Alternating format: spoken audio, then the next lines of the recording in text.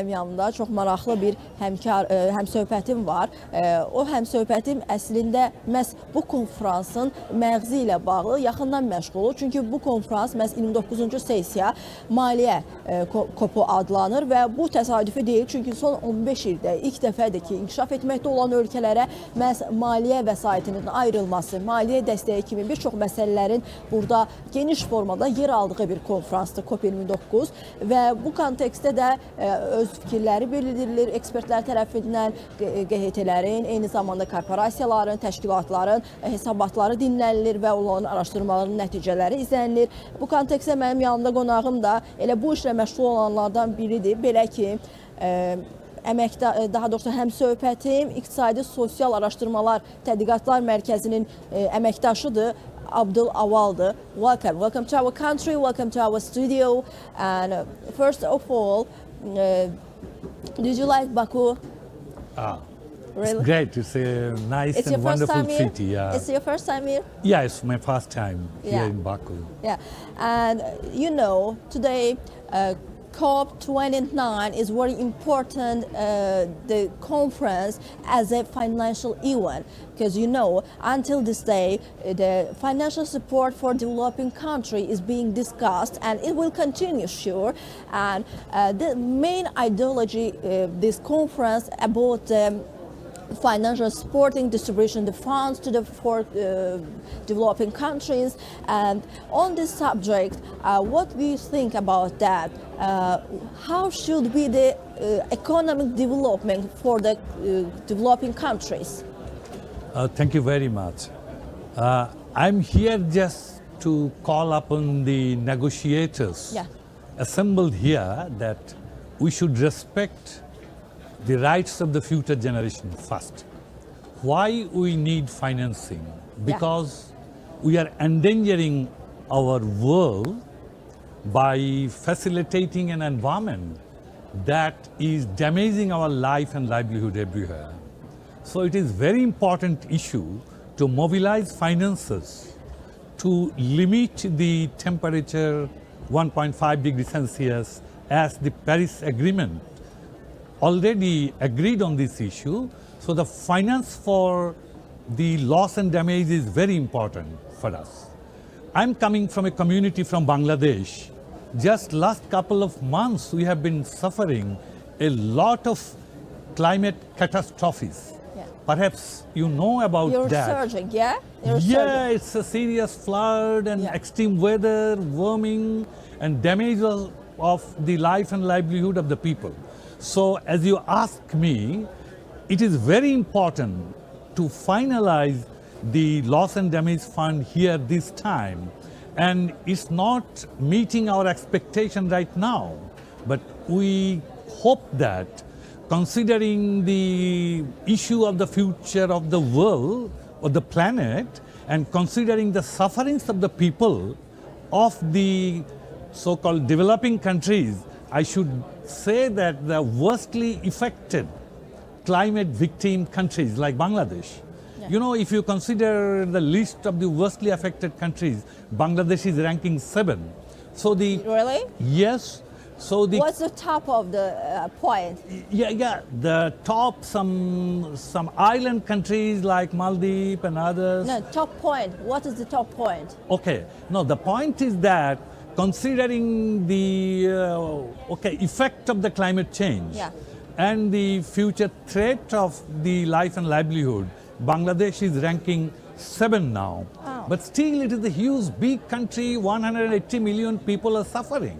So it is a responsibility of the northern countries to finance for resilience activities of the communities and the people.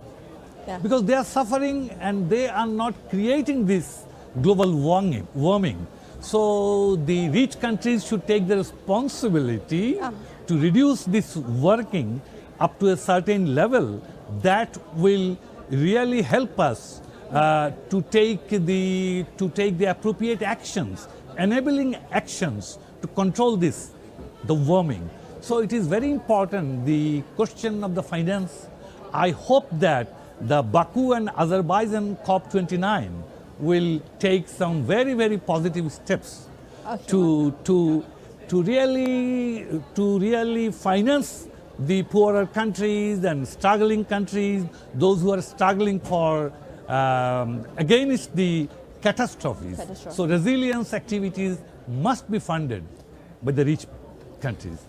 I'm going to translate this your speeches now. Bəli, müsahibimiz qeyd etdi ki, burada əsas məsələ bəli doğrudan da maliyyə dəstəyinə diqqət çəkməkdir və maliyyə məsələsi aydınlaşdırmaq lazımdır ki, ilk olaraq maliyyə dəstəyi nəyə görə lazımdır ölkələrə? Ən əsas bunu bilməliyik qeyd etdi və o məhz iqtisadi zərərləri araşdırdığı üçün, bu sahə üzrə mütəxəssis olduğu üçün qeyd etdi ki, müzakirələrdə mən də iştirak etmişəm və öz araşdırmalarımın nəticələrini müəyyən qədər bölüşmüşəm. Bu mövzuda fikirlər səsləndirmişəm. O qeyd etdi ki, Bangladeşdən gəlib və Bangladeşin orada reytinq üzrə balını açıqladı ki, iqlim dəyişikliyi ilə mübarizədə Bangladeş neçənci səviyyədədir, rankingi, yəni hardadır. O qeyd etdi 7-ci xalla qərarlaşır Bangladeş məhz iqlim dəyişiklikləri qarşı mübarizədə gördüyü tədbirlərlə bağlı və o qeyd etdi ki, maliyyələşdirmə dəstəyində burada diqqət çəkiləcək məqamlardan biri də onun məhz paylanılması məsələsidir ki, burada xüsusi həssas yanaşmaq lazımdır və eyni zamanda qeyd etdi ki, maliyyə dəstəyini dərindən araşdırmaq lazımdır, lap əvvəlindən baxmaq lazımdır məsələyə ki, necə olacaq və COP29 Bakı konfransına ümid etdiyini qeyd etdi ki, bu istiqamətdə konkret həllə yönəlmiş məsələlərin burada öz həllini, daha doğrusu hansısa müzakirələrin burada həllini tapacağı və bu katastrofanın, bu fəlakətin qarşısının alınması istiqamətində və təsirlərin azaldılması istiqamətində müəyyən tədbirlərin öz nəticəsini tapacağına ümid etdiyini qeyd etdi. And what do you think about them? How should be distribution of funds to developing countries? Okay, there should be an appropriate mechanism to distribute the fund to the climate victim countries. What kind of? Yeah, I think it should be a global kind of mechanism, not led by any specific previous authorities like World Bank and others. But you know, the giant power governments has obligation for that. Yeah. So those who have obligation, and I say from my point of view, it's a climate debt, because we are not polluting totally. So those who are debtor, they also should participate in the mechanism, the funding mechanism. It should be a multi-stakeholders mechanism so that the people's voice also reach there. Especially the climate victim communities should have participation somehow. Maybe civil society organizations should be there to represent the climate victim communities.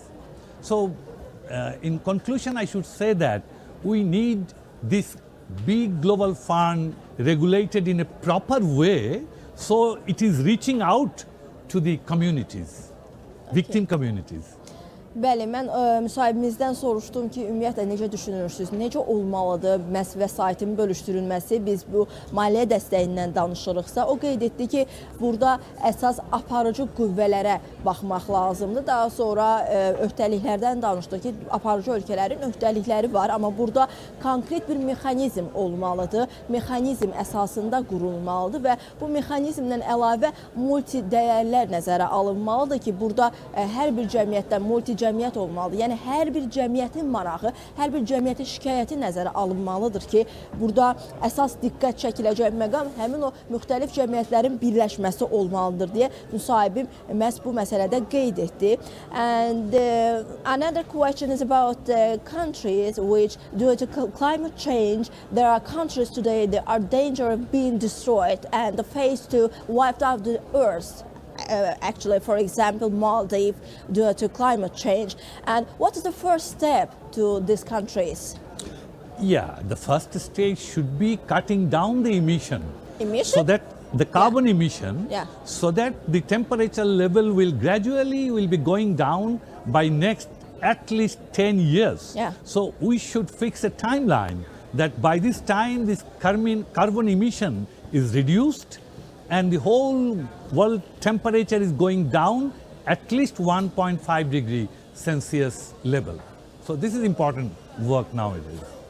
Bəli, müsahibim qeyd etdi ki, ona sual ünvanladım ki, bugün doğrudan da dünyada yer üzündən silinmə təhlükəsi ilə üzləşən ölkələr var və həmin ölkələr çox həyəcan təbliğ çalınan ölkələrlə bağlı və iqlim dəyişiklikləri səbəbindən bu istiqamətdə həmin ölkələrə atılacaq ilk addım nə ola bilər? Müsahibim də qeyd etdi ki, ilk olaraq biz emissiyalardan başlamalıyıq. Emissiyaların, karbon emissiyasının azaldılması məsələsinə baxmalıyıq. Əslində burada da COP29-da əsas müzakirə mövzularından biri budur, əsas ideologiya budur və 1,5 dərəcə qlobal istiləşmənin azaldılmasına nail olsaq yaxın 5 ildə bu təhlükə ən azı növbəti 30 il üçün, 40 il üçün daha da azalmış olar. And the final question is about your impression. What do you think about Azerbaijan hosting? How did Azerbaijan become an example for other countries over the hosting? Okay, thanks for this question. I think this is a wonderful place for any big global gathering. So thank you very much to the Azerbaijani people and the government for organizing this. I think the whole arrangement is okay. Everything is going on very well, and the hospitality from Azeri people, Azerbaijan people is really great. People so like that. I would like to thank you to the government, to the citizens here, to everybody. And what about conference? So conference is good. You know, the COP29 is, it has been happening for last 28 times. So it is 29. Yeah. And I guess that there will be some more conferences because it's a process which will try to really get positive response from everybody, a global agreement.